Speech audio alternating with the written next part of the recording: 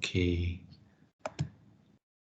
So I notice tutorial 1, you have 4 submissions already. So that's good. 4 people who submitted, very good. The other 2, please submit. It's not that difficult, just get that over with, finish it up. And tutorial 2, which is due today, have 3 submissions. So again, wonderful, very good to those 3 who have submitted. Those who haven't, please submit. Don't delay this anymore, because you're going to have problem keeping pace with the rest of the materials if you don't submit it. Okay. Any questions so far on the material covered? Anything that you're not sure? Because if you have, great, can use this session to answer. If you don't have, then save your time. You can meet again next week just to see if you've got any questions.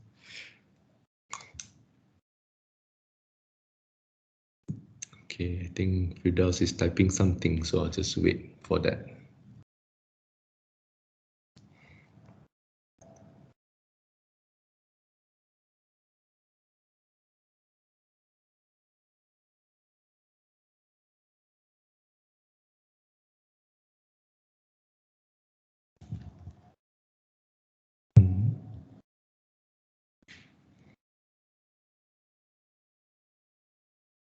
Oh, okay. Afiq is not typing. Firdaus also not typing. So any questions so far? Anything you are not familiar with? Have you started to try to install Cloud Sim Simulator? Have you started assignment 1? The video tutorials here, there are a few. You have a few here. So you just navigate through the bottom buttons, left, right. This would actually just take you all the way to all the materials that help you to set up the Cloud Sim software. So yeah, just Teams is buggy. Okay. I'm just going to wait another 5 minutes. If there are no questions, then we just end the session. Again, I said the goal, no need to talk a lot today. Just trying to see if there's anything I can answer if you have not understood on tutorial 1 or tutorial 2. And by the way, just get tutorial 1 and tutorial 2 done. And those who have done tutorial 2 and submitted, you can get started on tutorial 3 as well as assignment 1. It's really not much to it. It's just more like going through the material. Yeah. Okay, I'm waiting for questions.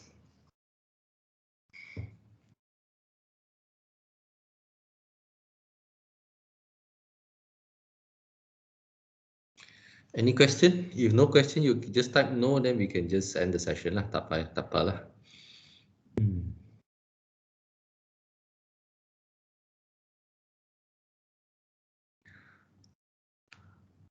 Tutorial 1B. Okay, I don't understand that configuration part for tutorial 1B. I think part 4. Okay, that's a good question to ask.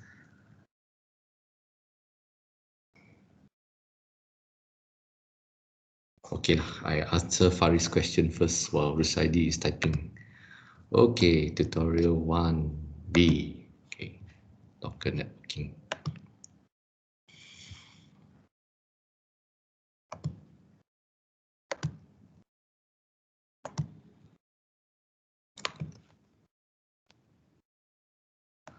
Okay, I want to draw some boxes here, and hopefully we can agree on the meaning of these boxes. So a blue box would represent a physical computer. Okay, physical computer. So this is a physical machine. This is one physical machine, another physical machine. A white box would represent a virtual machine, meaning it's something that is just virtual. Okay, Pt3. Okay, so I insert a white box. And this would be a virtual machine. Okay, so you have a situation where like this. Okay, right. Why I draw the white box small? Because, well, it's not possible for your white box to be bigger than your blue box. That's equivalent to saying that you are putting more resources to the virtual machine than you actually have on your physical machine. Okay, so this is one way to think about it, that maybe I have two virtual machines running on this server and one virtual machine running on this server. And basically what you're trying to do is you're trying to create a communication pipe. Okay, like that. So I'm drawing this, and then I make this arrow bidirectional. Okay, so you get the concept that it's sending data to and from each other. Okay, bidirectional arrow. And okay, great, like that. I need to do something like that. And I need to do something like that, right? Okay, this is the physical versus virtual system. But if you think about it from the software point of view, okay, what the software actually sees is, let's say, line. What the software actually sees is three of these like that, lah.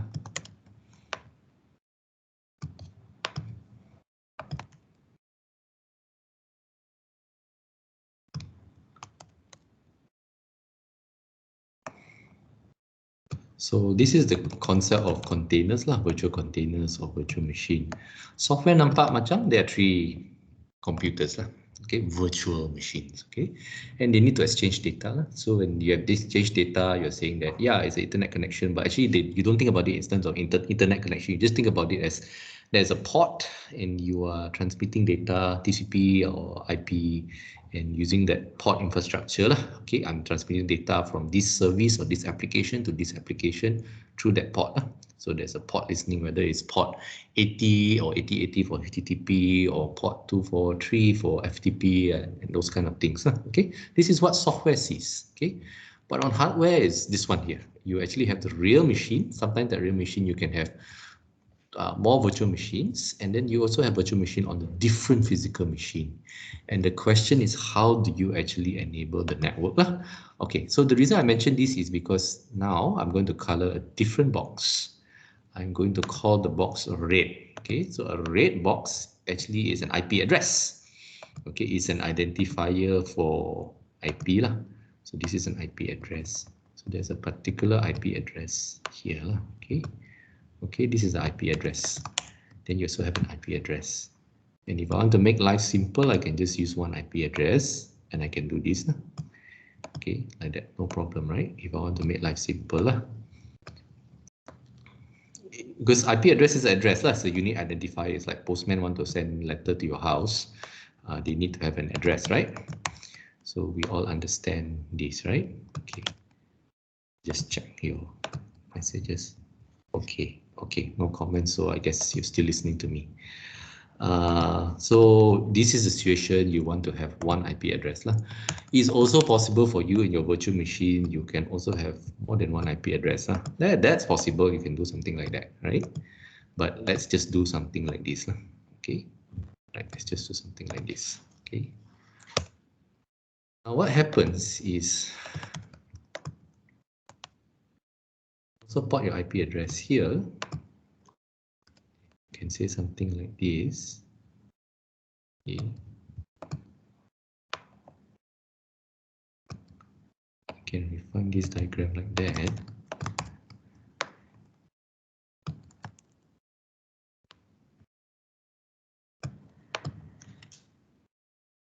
You realize at the physical machine, you also have another IP address, right?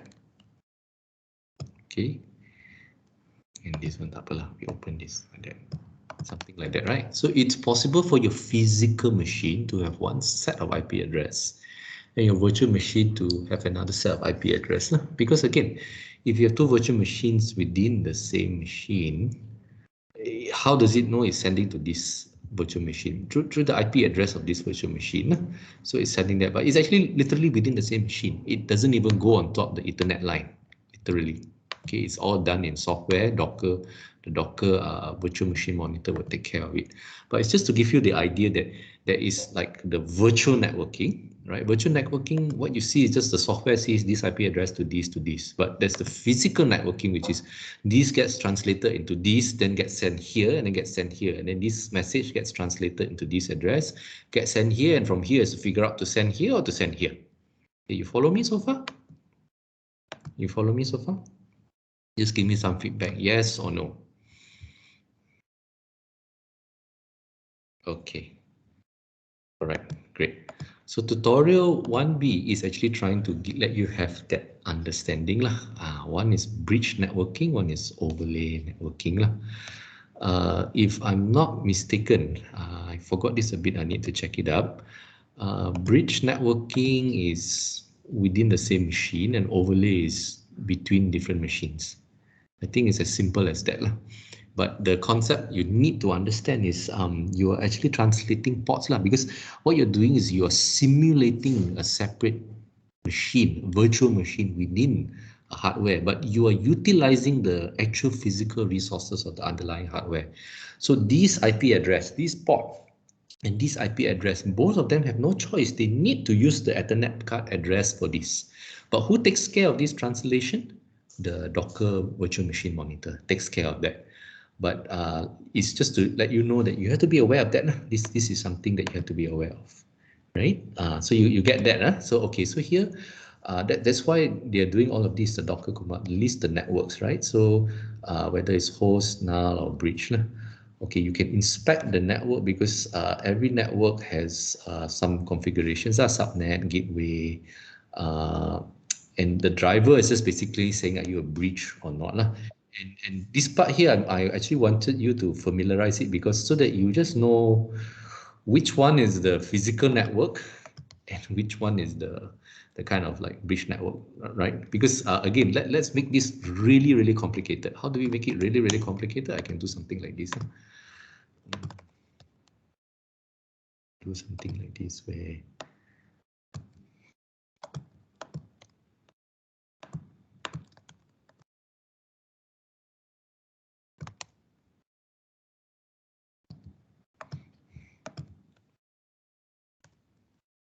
this says you only need 2 virtual machines there, right? Maybe just because the way the automation works, you may have a situation where this connects to this and this guy connects to this. So you look at it, it's kind of weird. The only way this virtual machine can talk to this is going through this, okay? But in virtual machine land, this can actually happen because it's just the way you position your virtual machines. Maybe the application you want to actually gate it. Maybe this is your gateway or something like that, or your secure virtual machine server. So it even though it's on the same machine, it's ridiculous. Yes, I understand it's not great for performance, but in terms of security and scalability, you might have a situation that you want to do something like that, right? And not all the virtual machines in the same PC may necessarily be connected to each other. So that's why it's good to kind of understand what kind of options you have over here. Okay, so every clean installation Docker comes with a pre-built network called bridge. Okay, bridge associated with bridge driver. Okay, so we can just go to Docker bridge, and part of it is I want you to understand and get used to this idea that if the terms are not familiar, you just do a Google. Okay, so a bridge is a link layer device for traffic between network segments. It's a hardware or software. So in this case, if you have a bridge within here, it's all software, it's not hardware. So the bridge between two virtual machines within the same computer is software. But if you have a bridge network from this to this, then it's hardware, right? Because it's not just software, it's going through hardware, the Ethernet port. Okay, the Ethernet, this one. So the bridge networks apply to containers running on the same Docker daemon host. Okay, so the same Docker daemon host, this is the host. So the same host, you actually can form bridge networks between this container to this container. Okay, that is the understanding, right? For commissioning among containers running on different Docker daemon hosts, you can either manage the routing at the OS level or use the overlay level, overlay networks. So it's just a terminology. I would say it's a terminology for you to understand how Docker does it. Right, because again, the idea is you can define bridges, you can have domain name resolution between containers, because all the kind of problems you have in networking is this guy needs to know that this guy exists, the internet address exists. So that bridge networking, I believe, is actually done at the Docker layer. Like Docker will do the routing, everything, because it's software. But if it's overlay, like from here to here, what you actually need to do is either the operating system needs to take charge of that process. That means below this, like the Linux level needs to be able to say, okay, the packets from this IP must forward to this IP if it's from this IP to this IP. And then from here, the Docker must be able to fetch, okay, I got from this IP, so I need to know anything that is from this IP is actually from this IP, so I know I can map it to this IP. So it's more like just the IP mapping, where is it happening lah. And just this is just the command lines for you to know how to kind of define them and to really kind of set them up lah, right? Because you can actually connect containers to user-defined bridge, right? Because when you connect the containers, it's isolated. It's not really connected to each other. But let's say you want to connect this container to the container, then you have to actually define and write on one bridge network. That bridge network will connect the containers like this. Then if you have new containers, you can actually specify which of them are connected to that bridge network. Or maybe perhaps you also want to have containers connecting to their own bridge network. That means two or more bridge networks within here, and they are sort of isolated. Okay, right. Is that clear? Does that help? So that's why you are looking at that. That's why you're looking at that bridge and overlay network, just to give you the terminology, and also to give you a big picture. Let's say you want to, forwarding from Docker containers outside world. How do you do that with the bridge network? Just walking through that steps. So you're familiar with that, the terminology and how. So the overlay network, for example, distribute among multiple Docker daemon hosts lah. So the network sits on top of the host specific network lah. That means there's an additional layer. There's a host-to-host network. Then it's a software on top of that lah. So it's just terminology lah. Something you read that you can read it lah. And the thing is, why it's nice to do this, because sometimes you want to actually control the amount of bandwidth or the ports or things that are made available between containers. So this will be one place you can look at it to see whether you have that level of control on that. All right. And it's just more like you can do all the, like, for example, you can actually reroute ports. So the interesting thing about Docker I found is, like, let's say this container is actually talking to this container, maybe over port 80. But the actual physical port that you're using can be something else. You can be running on port 2000, right? But then between these containers, this container is as if the software is saying, okay, I'm sending to port 80 here and I'm receiving a port 80. But the actual physical port that you're using can be different IP address, can be different ports. And that is the nice thing about the mapping lah. So it's almost as if, like, you can say that let's say I have multiple containers, the software, so certain machines that port is used for some other application, you can actually tunnel through a different port and all that. Okay, so Docker allows you to do that. Okay, because again, it's virtual. So a virtual machine communicates, a virtual machine has its own interface. So it's like as if you're writing a software with some virtual port and receiving from some virtual port. But the underlying, the actual physical hardware, what is the ports you're using, what is the IP address you're using, that can be configured differently, that can be adaptable and all that.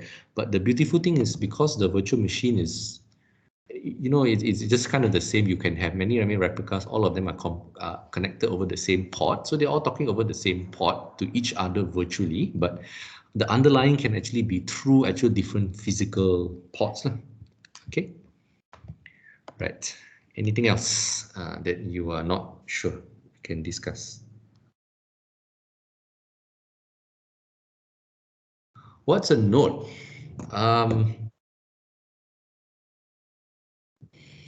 Okay, I just think about this as a node is, you can think about one of these containers as a node, right? Because it's a node for one communication. Node comes from a networking terminology. Two or more nodes are connected together via network. So you can think about this as being a node. I think this would be the most natural definition of node. Where do you see the node terminology from? Is it here? Yes. Okay, between nodes. So the node here would refer to container. One container is interchangeably used as node, right? Because this is okay.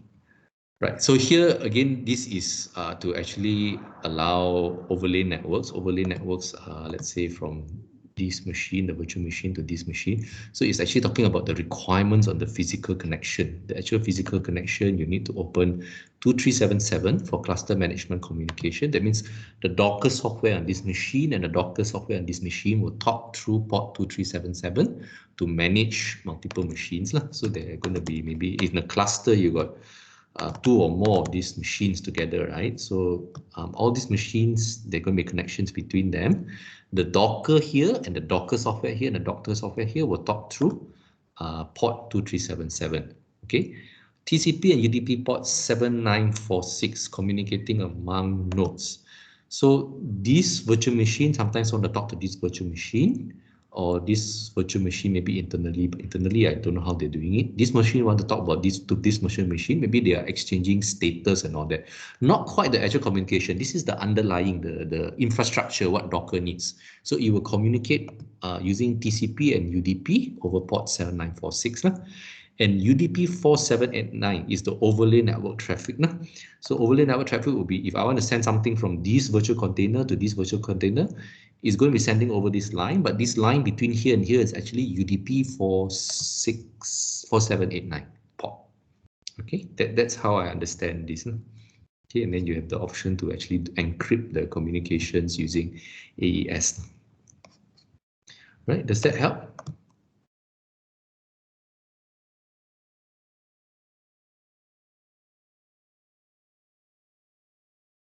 Okay, good. Okay, I think. Okay, still not clear. If you go and read it a little bit more, if it's still not clear, give me a bit of warning in the WhatsApp, and then the next session I can check out and try to really explain a bit better lah.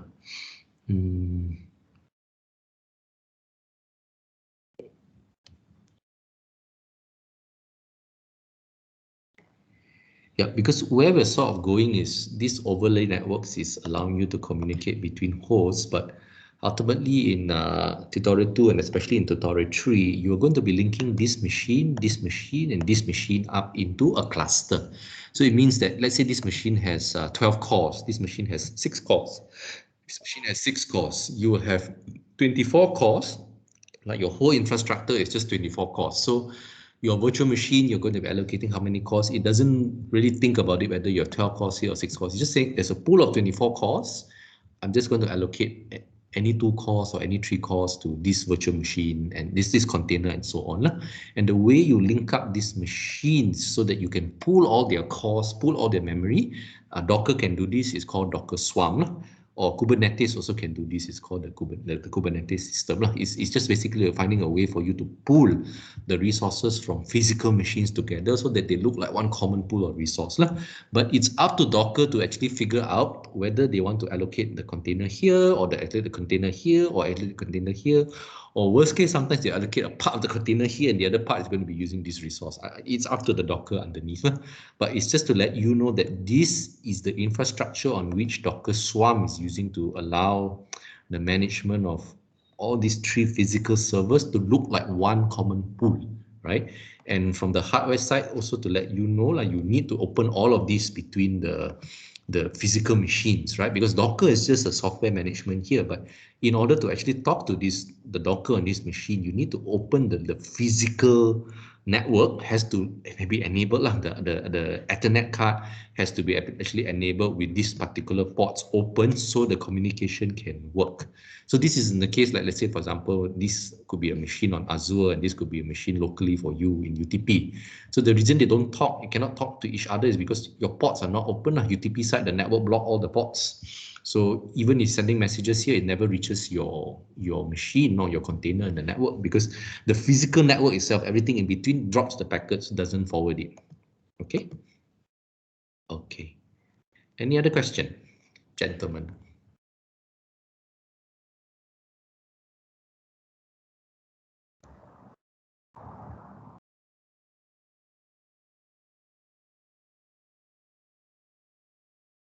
Yes, Faris, you can ask an unrelated question, no problem. Okay, Rusadi, no questions.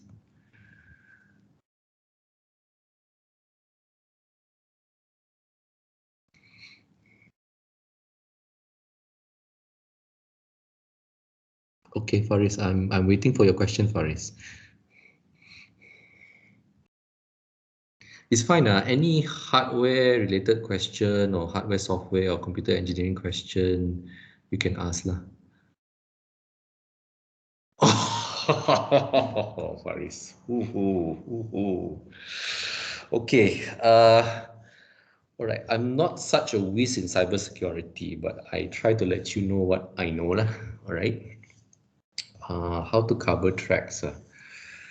Mm, Okay, from my understanding lah, you are actually sending packets, look. You actually think about the whole internet, the TCP, UDP. It's just sort of like the way you think about. I think about it the way I think about Ninja Van, JDT, and all these things lah, right? They are just delivery, right?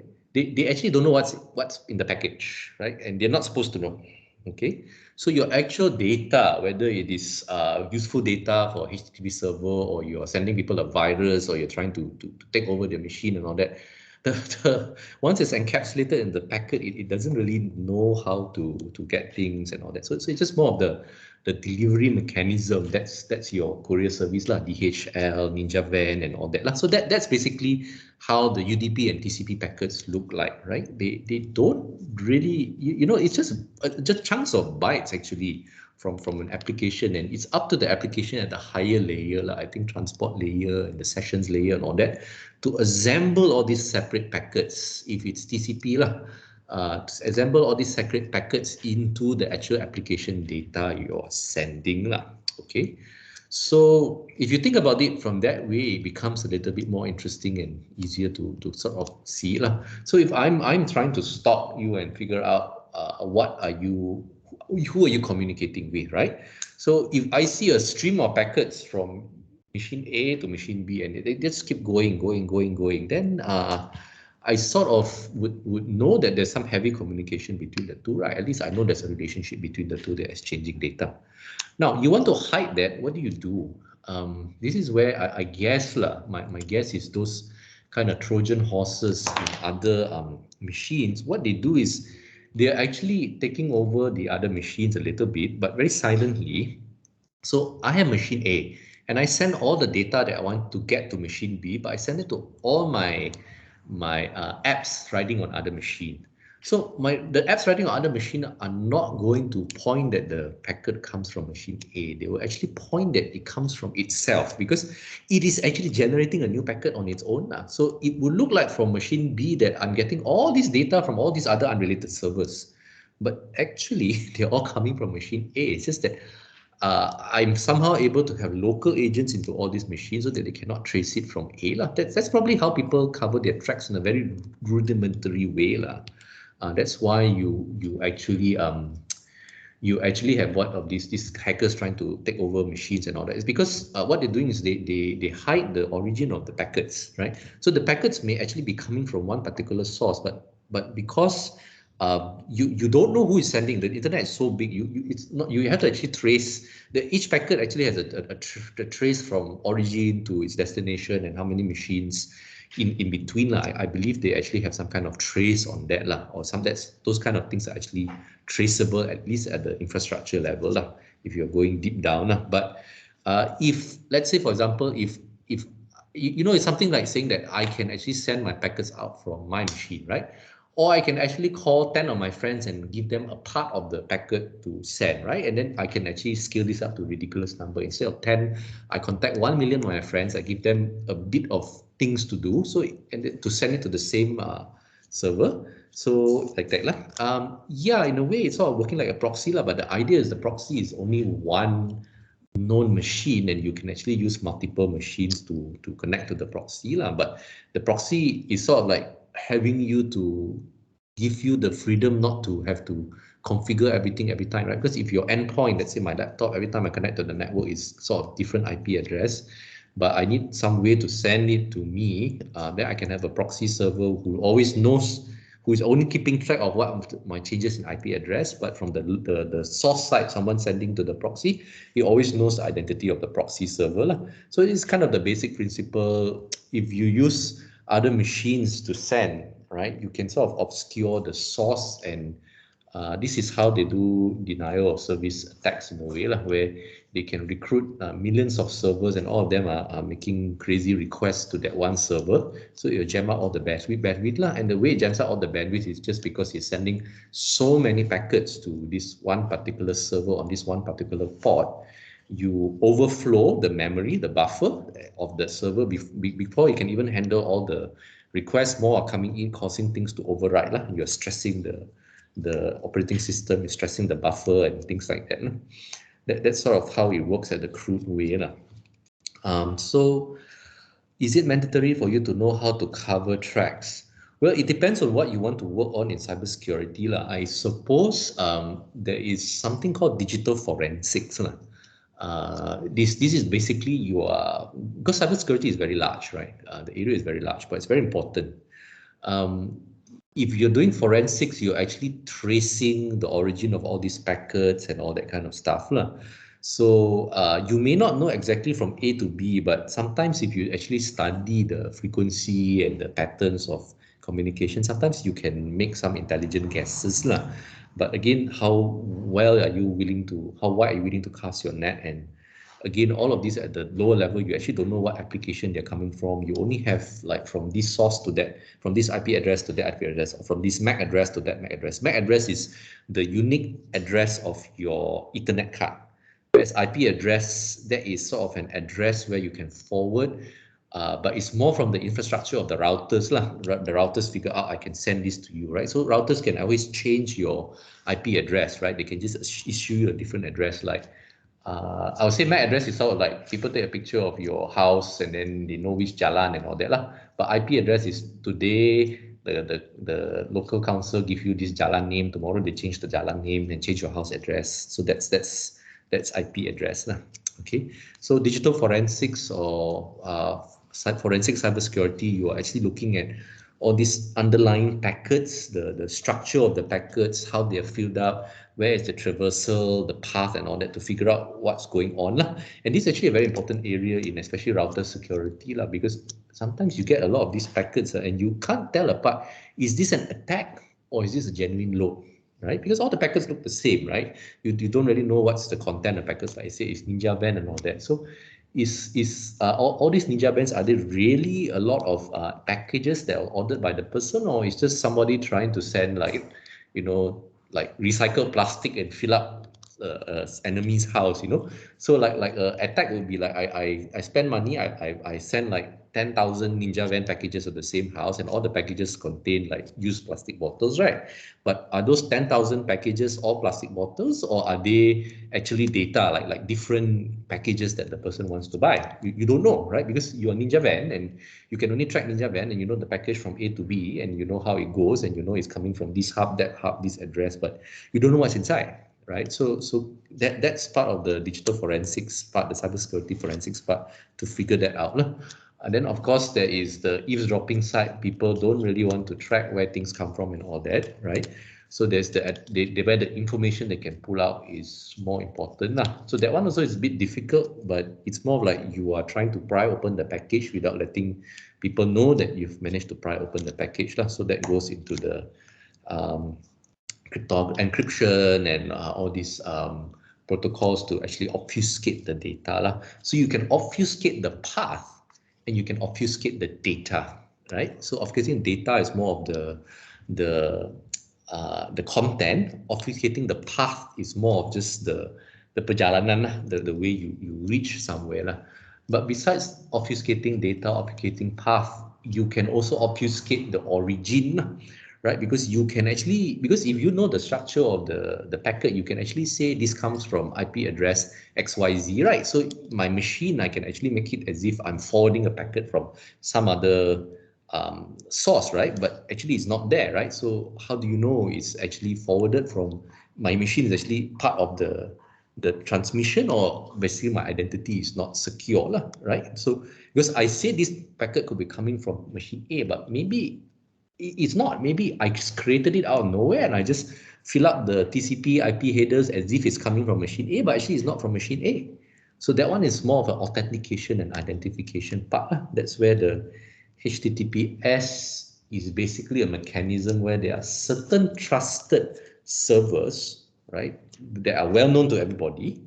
And then they just give you a certificate lah, or the key, the public key, and you use that to encrypt the messages. So they know for a fact that these these servers will encrypt using the private key, and you can decrypt using the public key.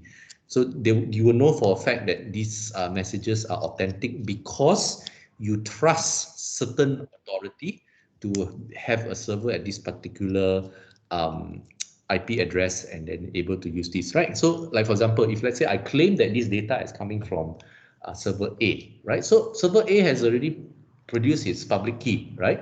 So if it gets through a private key, so to make sure that this is actually from server A, I can set it up in a way that server A must encrypt this data and it must be decryptable by the public key of A lah. Okay. So if I'm receiving the data that says it's from server A, then I take the public key from A to try to decrypt the data, and I can't decrypt it. Doesn't make sense. Then I know this is false. It's not from server A, because server A has a private key that if it encrypts with that, it must be able to decrypt this from using the public key. So this is how you can test identity. This is the public-private key infrastructure we have today. So that there are various aspects of cybersecurity. I've just shared with you three basic ones. The path itself, which is what you're talking about, proxy and covering tracks.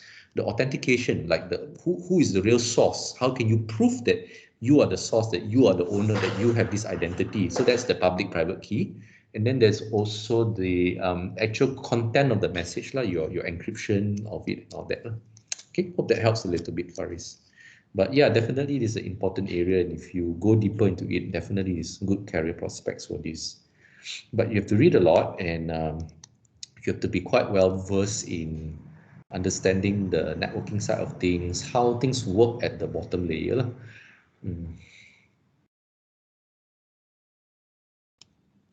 Okay, I hope that helps, Faris.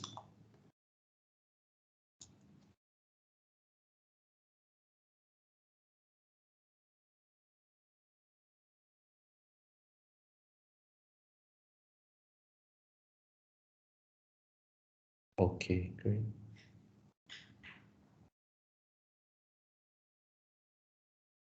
Any more questions?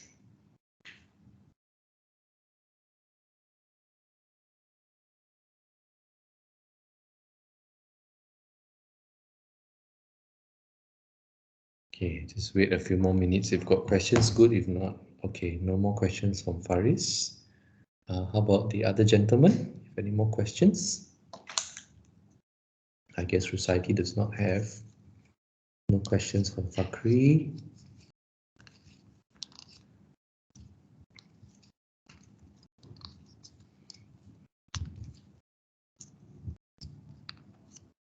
Okay, Alif also has no questions.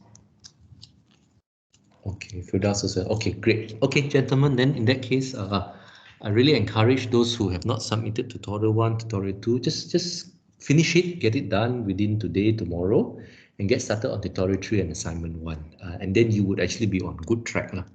You would be on good pace with the material of the course. It's going to be interesting. For maybe Faris, if you're interested in this kind of cybersecurity kind of stuff, you probably might need to go down a little bit more to understand Linux and how the network structure is done. Maybe you have to understand sockets and socket programming a little bit better. But mostly just what is the format of the packets and all that. That will be a good thing to understand. A lot of things for you to pick up. And then also the authentication system and all that. Yeah, there are also some books written. Faris wants to be a hacker. Yeah, there's nothing wrong with that actually. Soccer pro don't think about it so badly. Soccer programming, there are some good books of it. Yeah, white hat. That's right. Ethical hacking. That's what we need more, right? Like you learn how to break systems, but you do it not to the wrong way lah. You do it to help to promote security lah. Like for example, come on lah, like you want to break into my Sejahtera, like if you can actually break into it and you figure out how to close the loopholes, then that would be good. You get the contract from Kementerian and all that to soup it up, right? That is kids things lah, stealing your neighbor's Wi-Fi, eavesdropping, all kids problems lah. Use your smarts and your skills to do something really substantial. Malaysia really lack this ethical hacking kind of people, because it's not an easy area to go into, and part of it is because you need to know a lot of low-level stuff, even the hardware. Sniff packets and brute force. Okay, that's a start. There was a book I had a long time ago. So you can, lupa virus. Forgot already. What resources can I point you to? Okay, I just give you a tip. This is what I used to do when I was a student. You want to know how to start, right? So you go to Amazon because it's one of the biggest book collections. You just put whatever Google terms, whatever search terms here, and you just look at the book rating and the book title. And you do this often enough, you start to identify which are the sort of kind of landmark works lah. You can start looking at reading them, and that will actually open your eyes lah. The other thing you can do this also is you can do the same thing in the UTP library, and you can actually check out if there are any books on ethical hacking and all that, and start your reading lah. So like for example, ethical hacker, I have all these kind of things here. I would say something like this, like Art of Exploitation, but this is quite old, 2008. You want something that is relatively recent lah. Okay, maybe something like this. So there are a lot of resources, and some books are very technical, and some books probably like this is more like a overview lah, like story form lah. You can actually start with this type of books actually. It would sort of guide you lah. What sort of the areas are there and all that lah.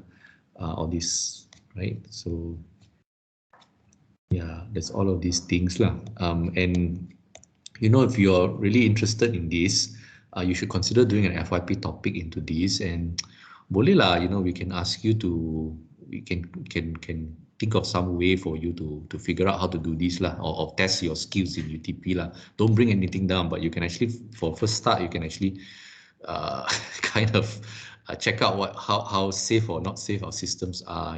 Talk to Dr. Patrick, talk to Dr. Lila. That would be the good starting point for you lah, I would say. Time to sign up.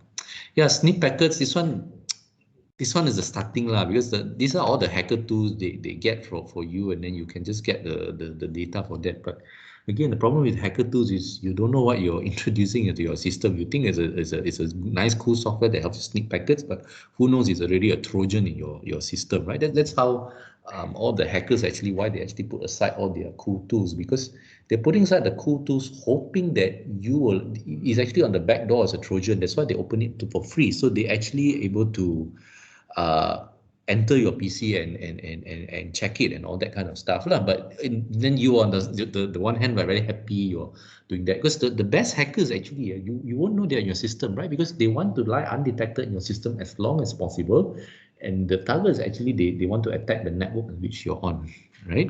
So yeah lah, it's good for you to know all these things lah. But this is why the hacker tools are free, right? So brute force Wi-Fi's and all that, and then they will do a scan and get it up lah. Yeah, so just watch out for that lah. Just watch out for that. You can actually try to put it on a Docker. That's the nice thing about the Docker, because if it's a virtual thing, and if you shut off the ports, then the hacker can't do much from it lah, right? That is a nice thing about Docker lah. The virtual containers actually has a measure of isolation, but I don't know lah if any of them have actually been able to penetrate virtual machines. Actually, if you want, you can actually just check hacking containers. This is probably the hottest area nowadays because everything is going to containers. So you've got things like these hacking containers like a boss. hacking and securing Docker containers. So if you can focus more on this area, right, I think this will be good, because there used to be the hacking, how you can hack from command line, from URL and all this kind of stuff. But nowadays, I think containers are where the security issues are at. So if you, because containers are a form of isolation, right? So even if you hack over my container, but my container is only controlling one core, for instance, right? So you only have managed to get one core, right? And if I can seal off the access of my container, you can't get to root, right? Because it's a container, you're not going to be able to get to root. You're getting to root of a virtual machine, not root of a physical machine. You get into trouble when you're actually at the root of the physical machine, right? So I would sort of steer you in the direction, look at the cybersecurity aspect at the virtual container and physical machine level. Those would be something quite interesting. That's right. This is why people run stuff on virtual machine. They call it the isolation property. It's not just that, but actually debugging, testing of software and all that, right? Because if you crash, you only crash the container. You don't crash the entire system. Exactly. If you guys a breach, first at the what happens is at the bottom, your virtual machine monitor is your container manager is managing everything. And if at worst case, just shut the container down, and then the nice thing about having a container on Docker Hub or wherever it is in the next 5 minutes you can spin up the entire machine, no problem, right? So this is how you can isolate things. So I would say look a little bit more on the container side. So containers, actually, there are three reasons you go for that. One is the isolation, the security. Second is it's for debugging. You want to prevent crashing and corrupting your system, so you debug in isolation. The third is the error recovery, right? If something goes down, you can basically spin it up very quickly. Yeah, so those are the reasons why we're studying containers. And besides just the ease of actually being able to the microservices model to be able to scale up fast and like that, right? Because it's software. So spin up, scale up, scale up. What I mean by spin up is you have a application, you want to actually run it like 10 times the speed, right? So you can actually spin off 10 containers of that, 10 instances of that rather than just one. So it's going to run 10 times as fast because there's 10 times as much resources devoted to it. But that really depends. Your task has to be parallelizable. Yeah, but it's parallelizable. If you can define it as a microservice, it's parallelizable. Yeah. Okay, gentlemen, I really need to go already. You can save your questions for next week, or you can just put it on the WhatsApp and I try to address it. Okay, all right. So tutorial 1 and tutorial 2, don't forget ASAP. It's really, really due. Don't get backlog. Start on assignment 1 and tutorial 3 already. Okay. All right, gentlemen. Have a good week. Bye-bye.